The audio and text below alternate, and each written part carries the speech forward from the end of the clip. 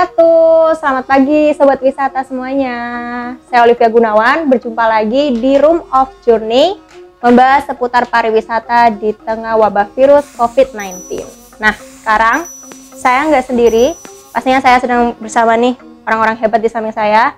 Ada Bapak Bramuda, Kepala Dinas Kebudayaan dan Pariwisata Banyuwangi. Pagi Pak. Selamat pagi Sobat Wisata. Dan ada Mas Hilman nih, perwakilan dari Banyuwangi Kuliner. Pasti kalian semua udah tahu kan Instagramnya @banyuwangikuliner. Jangan lupa di follow ya teman-teman. Kali ini saya akan bertanya nih sama Bapak Bram. Pak Bram, bagaimana sih Pak pariwisata Banyuwangi Pak saat ini di tengah wabah virus COVID-19 yang semakin meluas nih Pak? Iya, jadi ini tentu kabar yang tidak menggembirakan dari pemerintah insan pariwisata di Kabupaten Banyuwangi, karena kita tahu bahwa pemerintah daerah ini kan sedang fokus mengembangkan pariwisata Banyuwangi ke dunia internasional.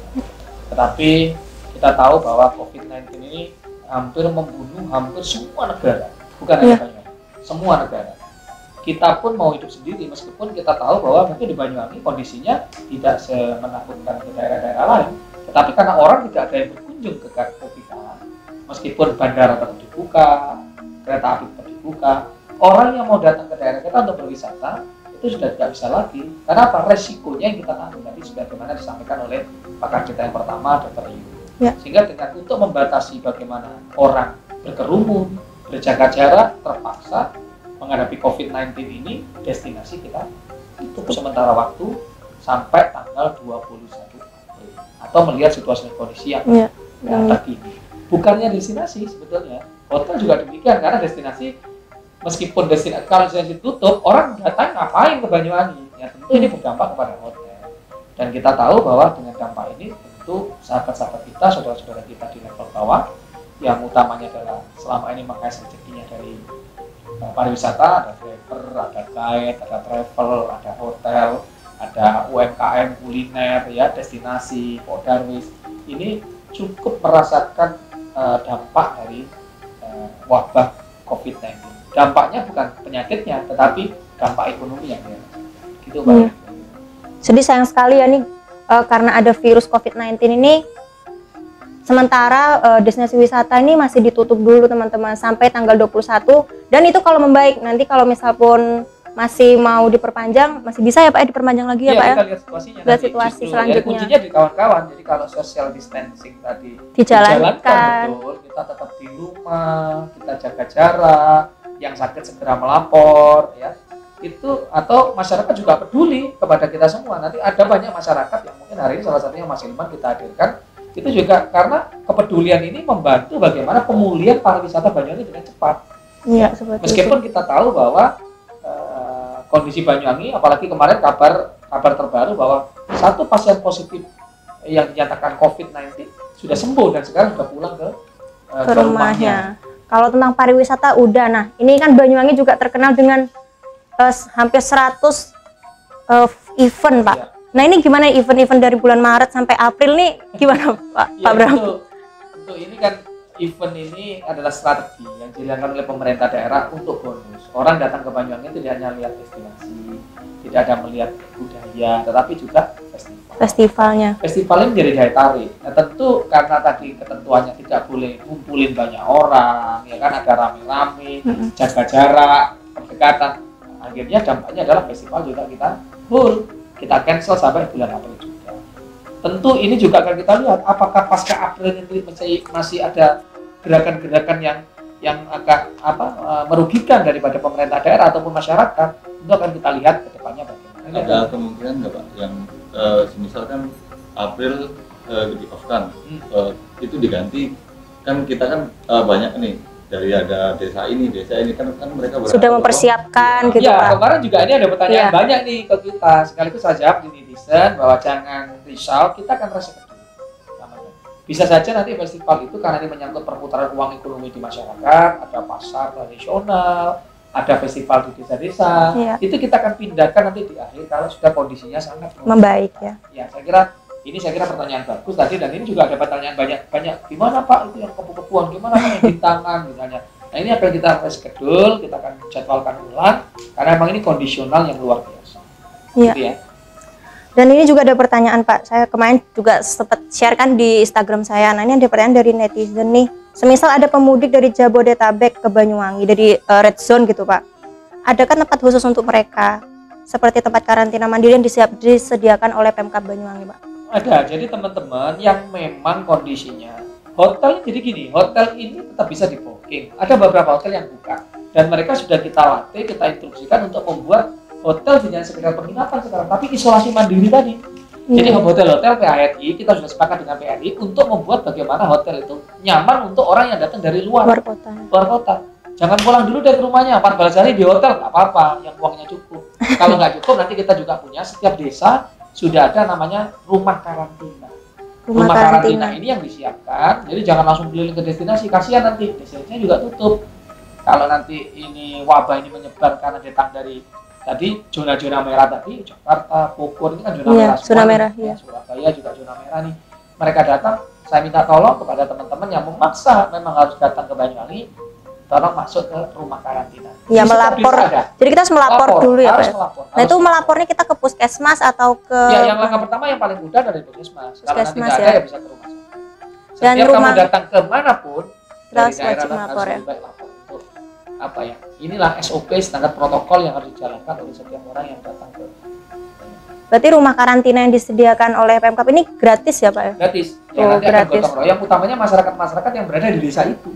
Ya. Dan mereka akan pulang ke rumahnya, jangan langsung pulang ke rumah. Tapi di karantina dulu 14 hari. Nanti akan warga masyarakat akan gotong royong untuk membantu. Ini ada yang pertanyaan juga nih, ada yang dilakukan Pemkab untuk masyarakat yang berdampak secara ekonomi Pak? Ya, yang pertama ada beberapa program yang memang dilakukan oleh Pemda. Tadi saya cerita nih, hotel berdampak, karyawan banyak dirumahkan. UMKM gitu. Iya. Restoran juga begitu. Pusat oleh-oleh. Juga tutup, ya kan? Apa yang dilakukan Pemda? Yang pertama ada 6 strategi. Yang pertama adalah bagaimana ASN ini kita dorong untuk membantu memberikan bantuan dari gaji dan tunjangannya kepada mereka yang terdampak. Dan ini sudah berjalan. Jadi ASN ini sudah setiap bulan selama 3 bulan ke depan gajinya sebagian nanti dihibahkan atau diberikan pada teman-teman yang terdampak dalam bentuk paket. Ya, paketnya tuh harganya 175.000, yaitu ada beras 10 kg. Karena kita hitung kalau setiap kakak itu 10 kg itu dalam 1 bulan cukup. Ada sarden, ada mie, ada minyak, ada beras ya Pak? Ya, beras, yang tadi 10 kg itu cukup. Itu yang pertama dari ASN. Yang kedua dari APBD. APBD Banyuwangi nanti juga diperuntukkan membackup kegiatan masyarakat yang tidak mampu. Ada juga untuk pembelian alat-alat APD, alat pelindung diri, masker, ya kan? Itu dan sebagainya, sanitizer dan sebagainya. Yang ketiga ada namanya Lazismu, yang ketiga, yaitu lembaga zakat ya, zakat NU. Ada Lazismu dari teman-teman Muhammadiyah yang keempat. Yang kelima dari Basnas. Nah, yang terakhir ini dari masyarakat. Kenapa tadi saya minta Mas Hilman harus hadir? Salah satunya warga masyarakat yang bisa membantu. Di forum ini saya juga ngomong, ayo daripada kita nyinyirin masyarakat yang lain, nyinyirin program pemerintah, sudah latnya kita bergandengan tangan, bergotong royong saat ini. Ada poin yang keenam tadi, masyarakat monggo dibuka seluas-luasnya. Di samping ada 5 tadi, ASN, Lazismu, Basnas, APBD. Nah, rakyat juga bisa berkontribusi kepada bagaimana destinasi ini cepat pulih, cepat buka lagi Banyuwangi sehingga ekonomi juga bergerak. Saya kira itu. Jadi ada 6 poin tadi. Ya, terima kasih Pak. Ini juga ada pertanyaan dari Instagram namanya Mas Wandra Prima. Apakah rumah karantina itu sudah apakah rumah karantina yang disiapkan oleh Pemkab itu sudah memenuhi WHO, Pak? Ya, jadi sudah. Jadi beberapa puskesmas, jadi setiap desa kan diwajibkan. Setiap desa itu diwajibkan ada rumah karantina yang di desa. Yang Pemda juga begitu, di Muncar ada kantor-kantor juga dibuat. Nah, tentu standarnya sudah dicek langsung oleh teman-teman dinas kesehatan ya, dan tim-timnya. Tentu setiap rumah karantina akan disurvei apakah tempat tidurnya layak, isolasinya, apakah tetap berkumpul dengan keluarga. Tentu ada hal yang sudah disyaratkan oleh WHO. Jadi jangan khawatir, ingat sekali lagi, jika ada warga dari luar kota, apalagi itu zona merah yang masuk ingin berwisata ke Banyuwangi, meski kalau wisatanya tutup, akhirnya dia pulang ke kampungnya, nggak boleh langsung pulang ke rumahnya. harus masuk ke rumah karantina yang standarnya sudah dihimbau atau dicek langsung oleh teman-teman dinas kesehatan. Jadi meskipun sudah di karantina di rumah karantina itu keluarga tidak bisa berkunjung ya Pak ya? Bisa berkunjung, hanya memberi makan, tidak bisa bertemu langsung, ngobrol. Karena itu pun tidak bertemu langsung ya Pak? Iya, ya bertemu tapi ya dengan jaga jarak. Sebatas jaga jarak gitu ya. 1,5 meter. Mereka ngobrol juga demikian karena setiap orang yang datang dari zona merah ke daerah kita itu masuk status ODP. Ya. Ini yang Gitu. paling penting. Pak, kira-kira nih strategi apa yang sekiranya bisa ketika virus ini selesai kita bisa lari lagi yang seperti kemarin Pak? Iya, tentu ini kan sedang kita pikirkan bersama. Tentu tidak hanya Pemda tapi rakyat, salah satunya teman-teman netizen, ini juga kita cari rembuk apa sih yang harus dilakukan kita bersama-sama agar setelah pasca ini kita langsung bisa lari dan menggerakkan ekonomi baru. Ya, saat ini pertama yang kita tekankan adalah destinasi setiap minggu sudah kita wajibkan untuk menyemprot menjadi standar operasional. Jadi nanti wisatawan yang datang ke Banyuwangi nggak perlu takut, kamu akan nyaman, kamu akan aman. Karena apa? Karena setiap destinasi sudah kita belikan alat nyemprot masing-masing dan itu rutin mereka lakukan. Ya, tidak hanya ada kasus ini pembelajaran buat kita, ini menjadi budaya kebersihan. Iya. Ya, menjadi budaya. Mungkin selama ini destinasi tidak menganggap itu sepele, tapi sekarang ini menjadi nyaman wisatawan yang datang ke Banyuwangi nanti. Mindsetnya kita rubah, kita tidak ada wisata sakit, wisata sehat nanti. Kenapa? Setiap waktu sebelum buka dan sebelum tutup akan disemprot dengan desinfektan ya Pak. Dan ini sudah kita sebar semua, kita bagi ke semua destinasi dan destinasi sudah menyemprot itu Mas. Itu yang pertama. Yang kedua, saya kira festival tetap akan direschedule sehingga orang tetap nyaman, dapat bonus. Yang ketiga adalah ya bagaimana kita membuat paket yang murah. Paket murah adalah bagaimana hotel tadi juga tidak hanya sekedar penginapan, tetapi menjadi tempat yang nyaman untuk tempat ruang isolasi. Ya, standarnya pegawai-pegawainya kita latih, kita didik dan sebagainya. Ya itu Pak, ada pertanyaan lagi nih dari netizen. Dari Mas Ed Prastiawan, pelaku wisata yang terdampak nasibnya bagaimana Pak? Ya, tadi saya sampaikan bahwa ini sekarang hari ini kita sedang rapat terpadu dengan tenaga kerja. 1 minggu ini kita sibuk untuk mendata warga masyarakat yang terdampak. Ya, di pariwisata ada Podarwis, ada warung-warung yang mereka nggak jualan di destinasi, ada guide, ada driver. Tapi ini bukan pemilik travelnya ya, kalau travelnya udah cukup ya. Tapi karyawannya ya, yang dirumahkan, sopirnya, guide-nya itu kan banyak. Itu sudah kita data dan hari ini kita rapatkan. Semoga data ini nanti menjadi mendapatkan kartu prakerja namanya. Apa kartu prakerja? Kartu prakerja nanti yang 3 bulan ke depan mereka akan dibantu oleh pemerintah mendapatkan bantuan makanan yang bisa dilakukan selama kurun waktu 3 bulan ke depan. Syukur-syukur kita tidak berharap lama. Iya. 1 Mei ini sudah kita bisa buka dan itu semua kuncinya di netizen semua, di warganet. Ya, kita tidak bisa pemerintah menetapkan ini dan kuncinya di social distancing. Kalau kita disiplin, jaga jarak, tetap di rumah, cuci tangan, pakai masker, kemanapun, tidak hanya sekedar setelah ada COVID, terus kita berhenti, enggak, pakai terus. Nah, ini kan bedanya kita. Saya sudah mendalami, kenapa Jepang itu minim sekali orang yang sakit, karena memang budayanya kuat di sana. Di sana orang pakai masker udah biasa. Mau sakit mau enggak, dia pakai masker. Kan enggak. Di sana tidak pernah salaman, orang hanya memungguk. Orang cuci tangan, kemana-mana cuci tangan. Cuci tangan. Ini jadi budaya, dan ini saya kira budaya yang perlu ditiru oleh kita untuk bagaimana kita supaya cepat pulih. Betul. Emang ini virus COVID-19 ini berdampaknya sangat besar banget ya Pak ya di ekonomi dan pariwisata. Iya. Nah, ini ada pertanyaan lagi nih Mas. Pak, ini dari teman-teman dari Banyuwangi, apakah saat ini ada penutupan jalur transportasi darat, laut atau udara? Sampai saat ini belum, karena kita setelah protokol standar operasional prosedurnya adalah kalau kita Banyuwangi sudah ditetapkan penutupan pembatasan ya seperti Jakarta sekarang. Jakarta kan sudah ditetapkan sama Bandung di BSBB ya. Kita belum di situ. Kita ini hanya membatasi diri, menghimbau masyarakat untuk tetap di rumah. Harapannya apa? Harapannya orang nggak bertemu dengan orang. Nah, tadi mobil warga yang mau pulang ke Banyuwangi langsung masuk karantina. Langkah-langkahnya begitu.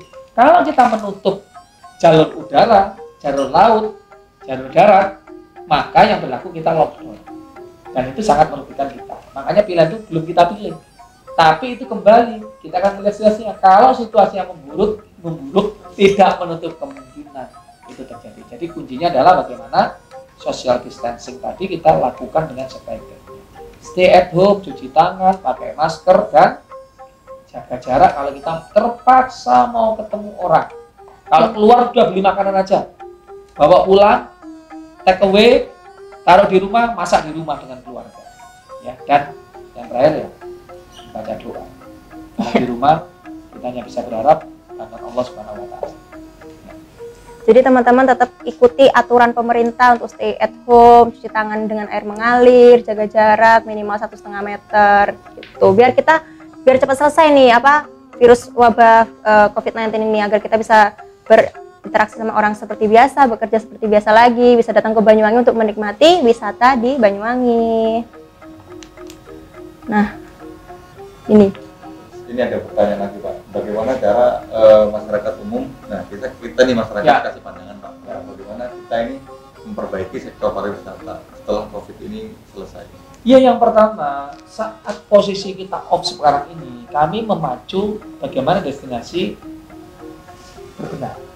Jadi ini jangan dikira libur, destinasi juga memperbaiki. Kami juga sedang membuat ikon-ikon yang nanti kalau ini wabah ini berakhir, terus Banyuwangi dibuka kembali, ini menjadi hal baru yang dituju oleh para wisata. Tentu ini kan tidak mudah. Saya berharap juga masyarakat ikut membantu.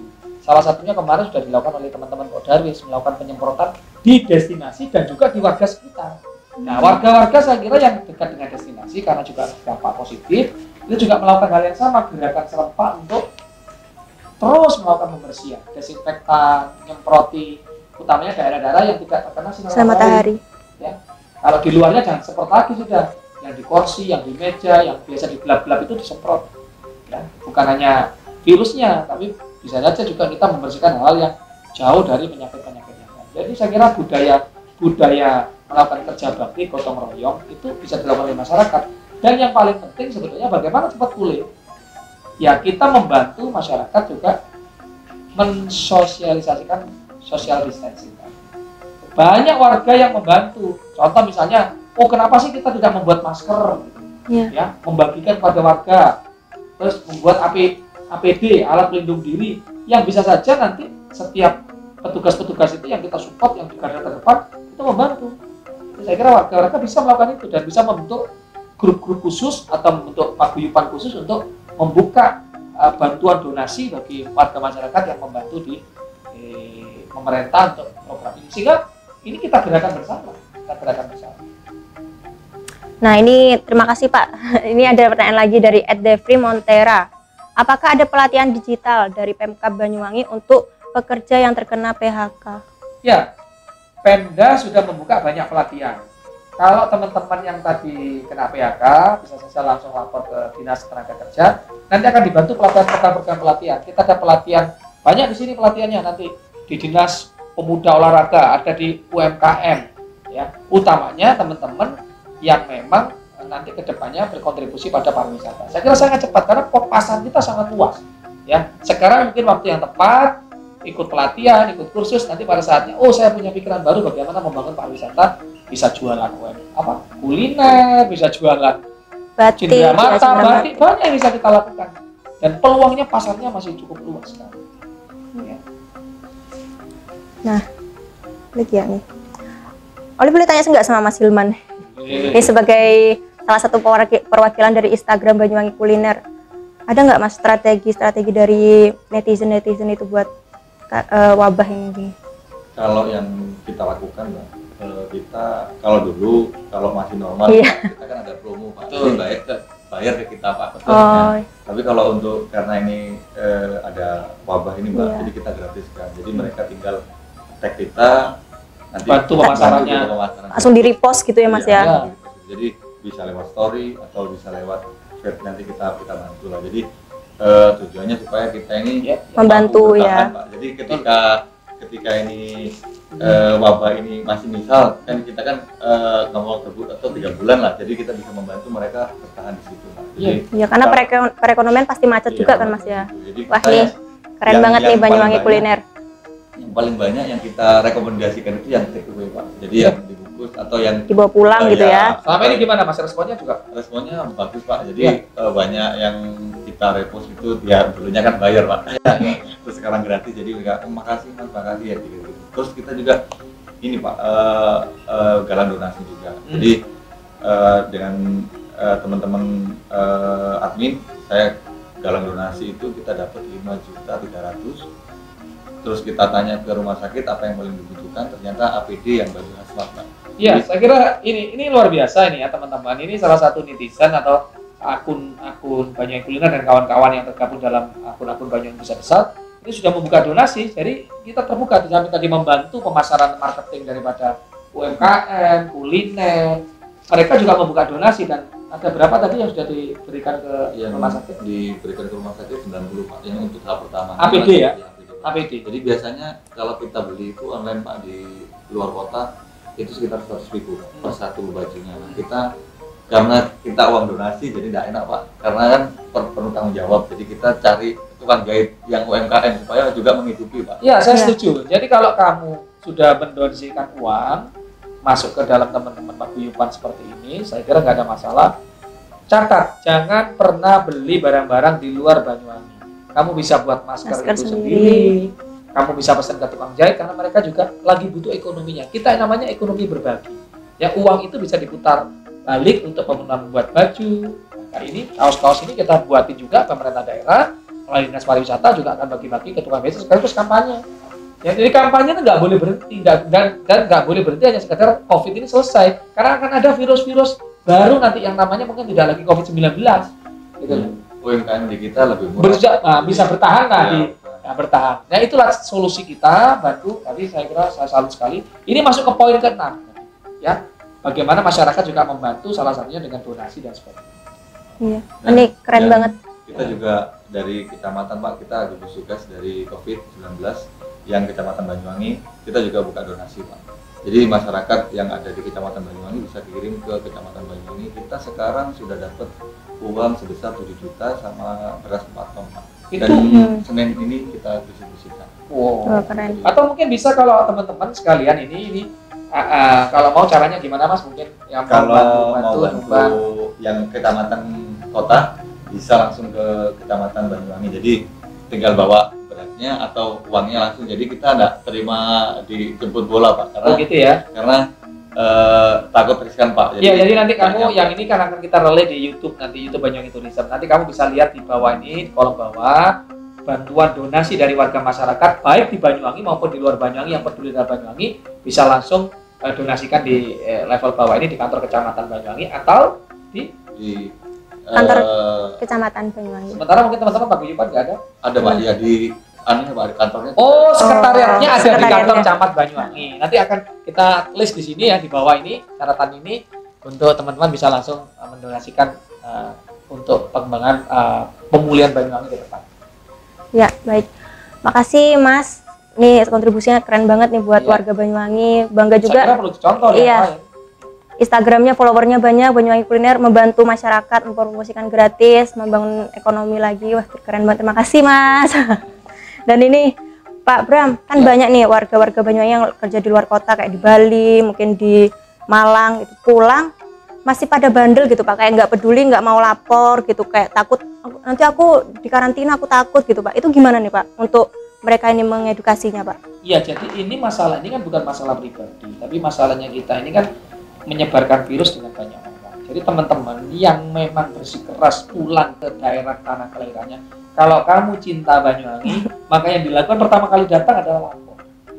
Dan cinta orang tua juga ya Pak ya? Iya, cinta keluarga, cinta Banyuwangi, cinta keluarga, cinta saudara, cinta anak. Karena kemarin anak kecil yang orang tuanya dari Bali langsung masuk ODP, ya dirawat. Alhamdulillah setelah dicek tidak apa-apa, tapi ini kan mengkhawatirkan. Kalau semua orang pulang tidak melapor atau bandel atau nakal, merasa dirinya sehat, tidak. Tadi Pak Rio sudah mengatakan, Dr. Rio, tidak semua orang yang sakit itu ada ada apa? Gejalanya. Gejalanya karena dia Orang imunnya sehat kuat, itu ya. tapi dia juga menjadi inang untuk memberikan ke orang lain. Nah, orang lain yang diberi itu mungkin pada saat imunnya tidak kuat. Jadi saudara bisa menjadi pemicu penyakit ini menular. Sehingga yang paling bagus adalah bagi kamu-kamu yang datang balik ke Banyuwangi, pulang kampung dari kota, apalagi zona merah, maka lapor dan isolasi. Rumah isolasinya sudah disiapkan, karantinanya sudah disiapkan oleh pemerintah desa masing-masing. Tinggal lapor ke pemerintah desa, insya Allah semua akan digotong royong oleh masyarakat. Tuh, jadi ya, teman-teman yang mau pulang kampung, sayangi keluarga kalian gitu. Jadi kita lapor aja, nggak apa-apa. Kita nggak mungkin langsung kena ODP atau PDP. Yang penting kita memeriksakan diri, karantina sementara 14 hari. Yang penting keluarga kita sehat gitu. Dan akan dibantu oleh pemerintah. Dan akan dibantu oleh pemerintah. Masyarakat setempat ya. Nah, Pak, ini ada nggak wisata yang masih tetap buka gitu, maksa buka gitu, destinasi wisata atau? Ya, sejauh ini sih 1-2 kemarin ada yang minggu kemarin, tapi langsung kita tegur. Ada yang bertanya ke saya juga live chat juga, ya Pak, ini gimana Pak, kapan bukanya saya punya? Nah, pemerintah sudah memikirkan itu semua.